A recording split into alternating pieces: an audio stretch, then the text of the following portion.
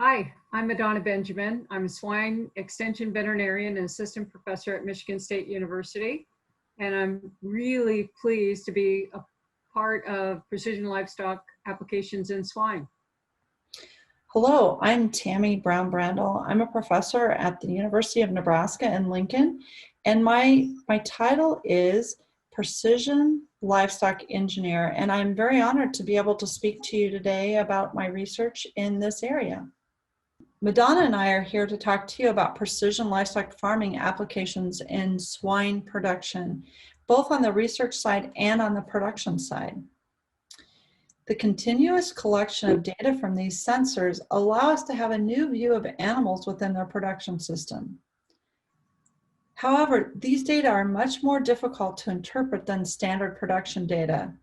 While we'll provide you a few examples as we give our presentation today, we will highlight the need for both professionals in many different areas and producers to work together so that the data is correctly interpreted and can provide needed information back to the producers.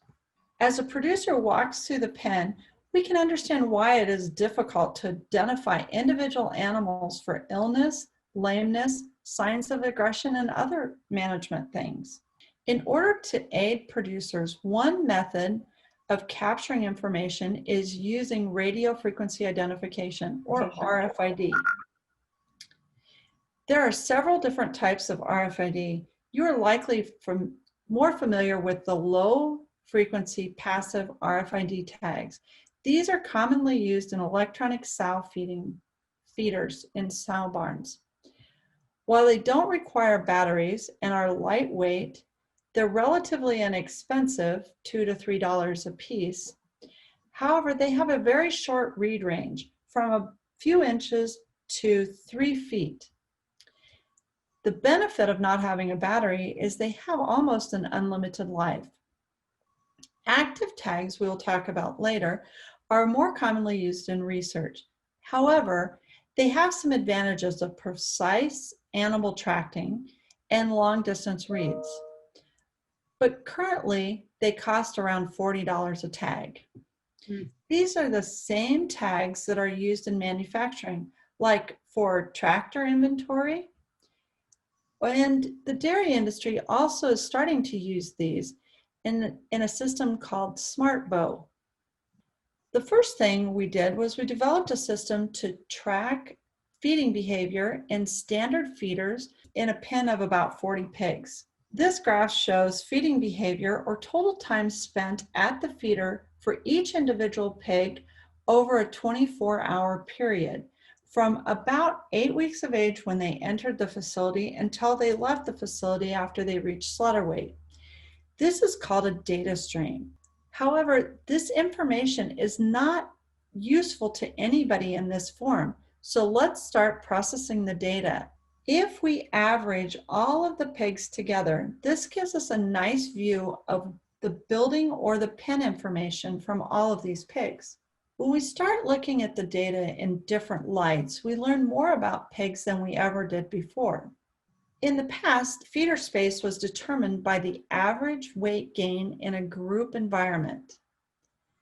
However, using this individual data, we can see that within 1 week, slower growing pigs spend less time at the feeder than fast growing pigs. While that isn't surprising, it is interesting that when the fast-growing pigs reach market weight and are removed from the pen, the slower-growing pigs double the time at the feeder.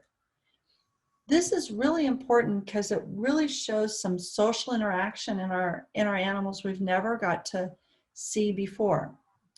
Dr. Steibel will later talk about the impacts that genetics play in this data and how this data can impact genetic selection. So, Tami, this is an industry disruptor. I mean, as you pointed out, we typically measure weight gain, but if there's a correlation between weight gain and time at the feeder, individual pig time at the feeder, this can do so much for the industry as far as PLF and monitoring, and whether it's the location in the pen or feeder design. I think this is a disruptor. Absolutely. Feeding behavior is very important, more important than weight gain, because it changes very rapidly. And we can see those changes. If we have a method of seeing that, then we can really understand what's happening in the pen on a day-to-day or maybe even on an hour-by-hour basis. Now we start looking at the uses of the individual animal data. This data can be used to identify pigs that aren't eating as expected. Such disruptions in time spent eating, like in this pig, might show illnesses or other things that are happening in the pen. The raw data in this graph is shown as the black dotted line. The red line is the model prediction.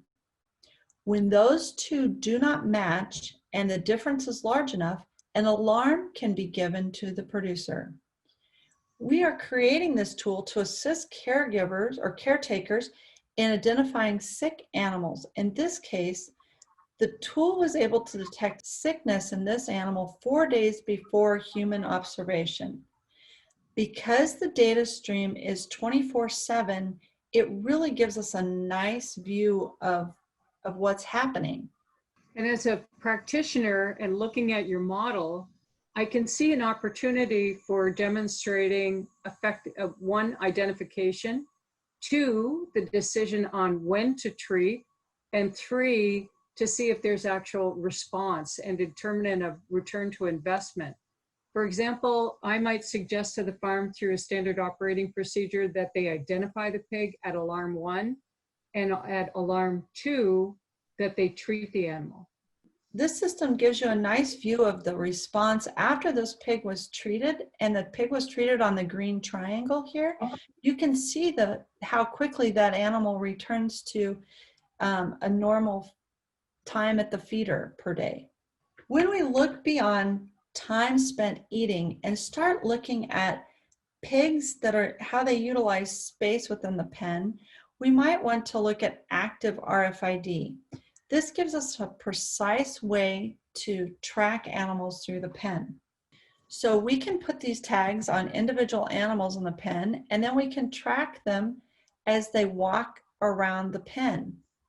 This gives you a view of 4 individual pigs in a group of 40 over just a 24-hour period. Does each color represent a different pig, Tami? Each color is an individual pig, yes. We had actually instrumented 24 pigs in this pen, but you can't see it if we put more than 4 on a graph. Do you see patterns in these movements? Where do you think the feeders are located? Where do you think the drinkers are located? So here's the same 4 pigs, the same data, only I've overlaid the pen layout. So you can see the yellow rectangle is the feeder. The 4 little blue squares here are the drinkers. The beige oval is the dunging area. And the light blue rectangle is the sprinkle cooled area for the pen. What do you think the red triangle represents? Put your answer in the chat box. And we'll come back to this at the end of our presentation. We're going to switch over and start to show you how we can apply PLF data streams to the farrowing house. This is a standard farrowing house, and this is where we are collecting our data. As in any good design problem, we need to start with problem identification. So our problem is we have high pre-weaning mortality. So our question as engineers are, why is that? And one of the things we've come to are the crates too small? They were originally designed in the 1970s, late 1970s or early 1980s. Between then and now, our sows have become quite a bit larger, and we have increased our litter size. So the first thing we really wanted to focus on is space quantity. So this is a traditional crate. This is a 5-foot wide crate by a 7-foot long crate. She has about 24 inches of space, the sow does. The newer crates are 6 foot by 8 foot. The question is, if we give extra space to the sow and the piglets, do we allocate that space only to the piglets shown like in this green crate? Or do we divide that extra space between the sow and the piglet, shown here in the blue? Now, how do you think increasing crate size impacted production? Unfortunately, not at all. There were no differences in mortality, overlays, or piglet weight gain. We also looked at providing 1 and 2 heat lamps, but there were no production differences at all. So are you saying that the small crates are as productive as the large crates? There's no difference between large crates and small crates? Well, if you only look at the production numbers, that is what the study would say. However, there are several other things that I believe that we should consider, like sow and piglet well-being, comfort, and welfare. Well, that's all well and good, Tami, to talk about welfare, but how are we going to demonstrate return to investment to our producers and the benefit for all? Well, that's where PLF really plays an important part here. Let me tell you about depth cameras and how we can capture the information throughout the farrowing cycle, not just at the beginning and the end points. First, I want to tell you about a depth camera and what a depth camera is. A depth camera is a low-cost camera, but instead of giving you colors, it gives you an array of numbers that are distance from the camera to each pixel in the whole image. So this is just an example. So if we plotted that out, it would look like this. So the floor would be the farthest away and the sow would be the closest to you. So to make that look real, we invert the image. So here's the image of, this would be our pretend sow. And this would be the floor around here. So as you can see, we have a nice contour on the back of the sow, and that really helps us determine posture changes. So here's the installation of our system. We have a depth camera placed over the top of every single farrowing crate in one farrowing barn. So that means we have 60 depth sensing cameras. They are located here, and 60 mini computers with a little monitor. And they are recording images every few seconds. And those images are both digital images, so you can see what's happening, and depth images, so you can really understand some posture changes. Those are all stored in a special drive over Ethernet connection. Here are the images, and that's how they look like after they are collected. So this sow is setting. And it's really helpful if you look at the depth image, because you can see her head is a light or darker blue and her bottom is yellow. And that says that her head is closer to the camera than her bottom is. So she is for sure setting in this picture. Okay, so the results of our posture changes really indicated we got some differences in time spent laying down, standing, and setting. So sows in wider crates spent more time laying down than sows in narrow crates. The greatest difference was on the first day after the piglets were born. The sows in wider crates laid down almost an hour more.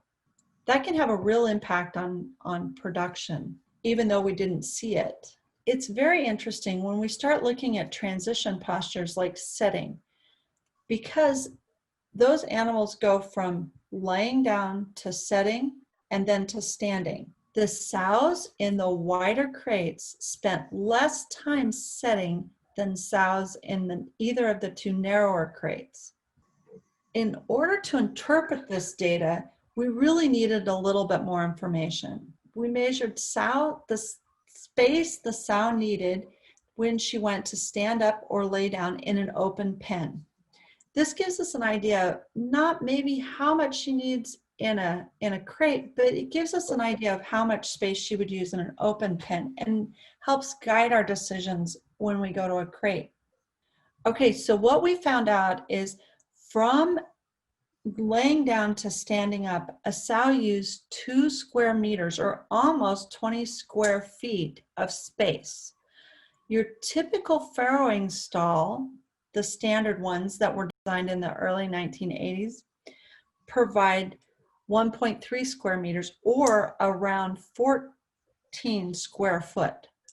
So they really need some extra space to go from lying to standing, which is probably why those narrow crates, the sow spends more time setting because she's just trying to position her body to stand up. When she goes from standing to lying down, she used about 16 square feet of space, which is much closer to our standard crates. The other thing we found with those transitional postures is kneeling. And kneeling wasn't maybe necessarily a good indicator of whether they have enough space or not, but really showed us some interesting stuff on mothering ability. Sows that were better mothers spent time in this kneeling posture. And what kneeling is when they go from standing, then they put their front 2 feet down and their back end is up, and then they slowly roll over. So they go down to a kneeling posture. So sows that lost 0 piglets had kneeling behavior, or we were able to capture kneeling behavior. Sows that lost several piglets in their litter had 0 images that we were able to capture them in the kneeling posture, which means those transitions for them were very, very quick. So Tami, that's another game changer, because if we think about it, when we assess animals for genetics, we look at leg composition and udder length and other aspects. I don't think we're looking at athleticism, and that's what kneeling is. Right, and you know, sows that have feet injuries aren't going to be able to do that kneeling posture very easily, right? They're going to lay down quickly so they don't put pressure on their feet. This is a way that we can start to monitor that. So we evaluated these different sizes of crates. And so after we got done, we thought maybe we should stop and reevaluate this. And as we look at these crates, they all have a very long, narrow piglet area on either side of the sow, and the sow is in the middle, right? However, when you look at piglets in a crate, they much prefer to lay in a circle. Piglets are very, very social, and they like to touch each other. Even if they are warm or hot, they will still lay and touch each other. Very rarely do you see piglets lay in a rectangle, much more likely to lay in a circle. So the other thing to know is that sows like to be, and producers know this as well, sows really like to be very cool, right? And so they would like to be at about 60 degrees Fahrenheit, where piglets are comfortable more closer to that 85, 90 degree Fahrenheit. That's why we provide a heat lamp for the piglets to provide that supplemental heat. So when we look at how those supplemental heat is going to impact our crates, we really look at, this is taken with a thermal image. So the dark red shows the warmest, and the blue and the purple show the coolest. So if we do our standard crate here, you can see how much temperature, how much that heat lamp is impacting the sow's space. So what happens if we redesign these areas and allow the piglets more space, at least on one side? So we offset the crate here. This side here is the same spacing as our 5x7 crate, and we just provided all the extra space on one side. But you can see how much less the heat lamp impacts the sow's space. Then the other crate that we really wanted to look at was a diagonal crate. And here's a diagonal crate creating 2 triangles of space. And you can see how that heat lamp doesn't impact the sow space at all. So looking at this, Tami, if we had an interface from the PLF that showed not just the piglets, but those barriers, kind of the heat zones and the cool zones, it also provides for the producer an opportunity to use rheostats or dimmer switches based on these sensors, saving money and saving pigs. Absolutely. Here you can see how, and we're just starting this study, but you can see this is a standard crate and how the piglets are laying in that sow area. And here's the offset crate. The piglets are still forming their circle, but they really are staying out of that sow area. Here's our diagonal crate, and you can see our piglets are forming a triangle instead of a circle, but they're really outside of the sow area.